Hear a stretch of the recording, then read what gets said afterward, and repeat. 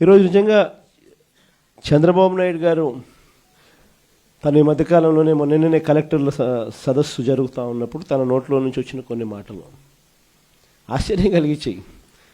ప్రజల్లో గ్రాఫ్ చాలా పడిపోతూ ఉంది, దానికి కారణం కలెక్టర్ల పనితీరు సరిగ్గా లేదు అని చెప్పే పరిస్థితిలో చెప్తా ఉన్నాడు. పొద్దున పేపర్ చదివితే అయ్యో అని మొత్తుకున్నట్టు. కలెక్టర్ల గ్రాఫ్ బాగాలేక కాదు స్వామి, నీ గ్రాఫ్ బాగాలేక పడిపోతా ఉంది, నీదేనే నీకు అర్థం కావడంలా. నీ హయాంలో నువ్వు వచ్చిన తర్వాత ప్రజలకు ఏదైనా మంచి జరిగిందా అని అంటే ఒకటి మంచి జరగల. చంద్రబాబు నాయుడు గారు ఈ 18 నెలల కాలంలో, దాదాపు 18 నెలలే ఉంది, ఈ బడ్జెట్ వస్తే మూడో బడ్జెట్ ప్రవేశపెడతా ఉన్నాడు. ఈ మార్చిలో తాను ప్రవేశపెట్టబోయేది 3వ బడ్జెట్. అంటే మొత్తం 5 బడ్జెట్లు ప్రవేశపెట్టే అవకాశం ఈ ముఖ్యమంత్రికైనా ఉంటుంది. అలాంటిది 3వ బడ్జెట్ ప్రవేశపెడతా ఉన్నాడు ఈ మార్చిలో. అంటే 2 బడ్జెట్లు అయిపోయినాయి, అంటే 2 సంవత్సరాలు అయిపోయినాయి. ఈ మార్చి వచ్చేసరికి 3వ బడ్జెట్ కూడా ప్రవేశపెడతా ఉన్నాడు. మరి ఈ 2 సంవత్సరాలు ఈ కాలంలో 2 బడ్జెట్లు ప్రవేశపెట్టి దాదాపుగా 2 సంవత్సరాలు అయిపోవస్తా ఉన్న ఈ కాలంలో ప్రజలకు ఏదైనా మంచి జరిగిందా అని అంటే బోర్డు సున్నా కనిపిస్తుంది. అంతవరకు ప్రజలకు అందుబాటులో ఉండే అన్ని స్కీములు రద్దయిపోయినాయి. మన ప్రభుత్వ హయాంలో టెన్షన్గా ప్రతి నెల, బహుశా ఏ ప్రభుత్వంలో ఎప్పుడు జరిగిండదేమో, ఏ నెల ఏ స్కీమ్ ఇవ్వబోతున్నాము, ఏ నెల ఏ బటన్ నొక్కబోతున్నాము అని చెప్పి ముందుగానే ప్రజలకి క్యాలెండర్ ఇచ్చి ఆ క్యాలెండర్ను అమలు చేసిన పరిస్థితి బహుశా దేశ చరిత్రలో ఎక్కడ కూడా బహుశా జరిగిండదు.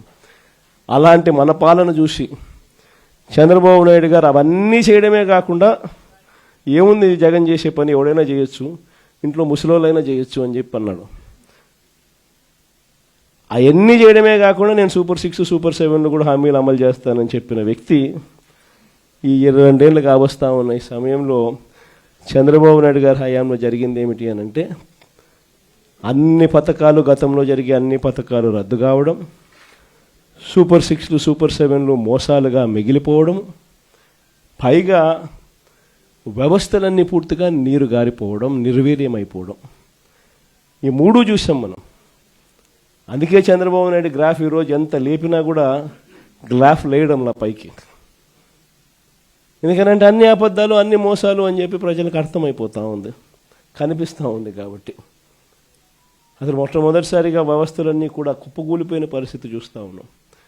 ప్రజలకు సంబంధించిన ఆరోగ్యశ్రీ తెరమరుగైపోతూ ఉంది.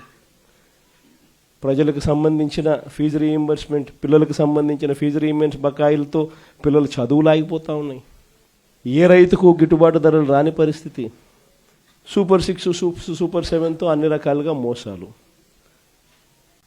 1,04,11,136 సంతకాలు చేసిన పత్రాలు. ఈరోజు నిజంగా ఇదొక ఘటం, చరిత్రలో నిలిచిపోయే ఒక ఘటం.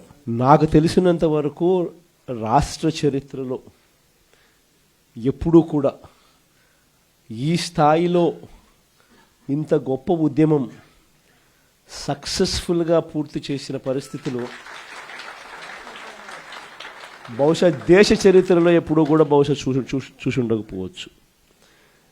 అది చేసినందుకు మీరు కృషి చాలా ఉంది అని చెప్పడానికి మిమ్మల్ని అందరినీ కూడా అభినందించడం కోసం ఖచ్చితంగా ఎన్ని మాటలు చెప్పినా తక్కువే. రీజనల్ కోఆర్డినేటర్స్ దగ్గర నుంచి, జిల్లా అధ్యక్షుల దగ్గర నుంచి, ఎమ్మెల్యేలు, ఎంపీలు, ఎమ్మెల్సీలు, సీనియర్ నాయకులు, ఇక్కడి నుంచి మొదలు పెడితే లోవెస్ట్ లెవెల్లో ఉన్న గ్రామ స్థాయిలో ఉన్న క్యాడర్ నిజంగా ఇంత కమిటెడ్గా ఒక ఉద్యమాన్ని మనస, వాచ, కర్మన, దీన్ని ఎట్టి పరిస్థితుల్లోనూ కూడా ఈ ఉద్యమంను, ఈ స్ఫూర్తిని, ప్రజలు ఇక్కడ చెప్పే ఈ గళాన్ని ఖచ్చితంగా వినిపించేట్టుగా చెయ్యాలి.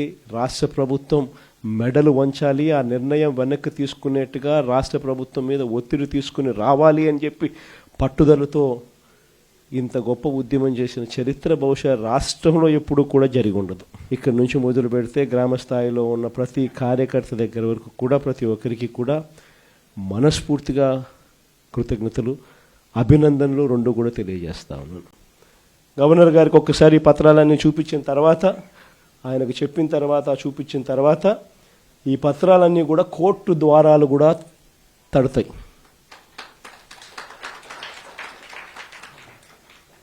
కోటి 4 లక్షల సంతకాలు చేసిన ఈ డాక్యుమెంట్స్ అన్నీ కూడా భద్రంగా కోర్టు ద్వారాలు కూడా తడతాయి. కోర్టులో కూడా పిటిషన్ వేస్తాం. 1,04,00,000 సంతకాలు రెడీగా ఉన్నాయి. మీరు ఎప్పుడు అడిగితే అప్పుడు అఫిడవిట్లు మీకు చూపించేదానికి బండ్లన్నీ రెడీగా వచ్చి మీకు చూపిస్తాయి అని చెప్పి కూడా కోర్టులో కూడా అఫిడవిట్ కూడా వేయడం కూడా జరుగుతుంది. ఇంతటితోనే చంద్రబాబు నాయుడు జ్ఞానోదయం వస్తుందని నేను అనుకోవడంలో, ఎందుకంటే ఆయన కొంచెం చర్మం అందం కాబట్టి ఇంతటితో కూడా వస్తుందని నేను అనుకోవడంలో. ఎందుకంటే మామూలుగా మీకు గుర్తుండే ఉంటుంది,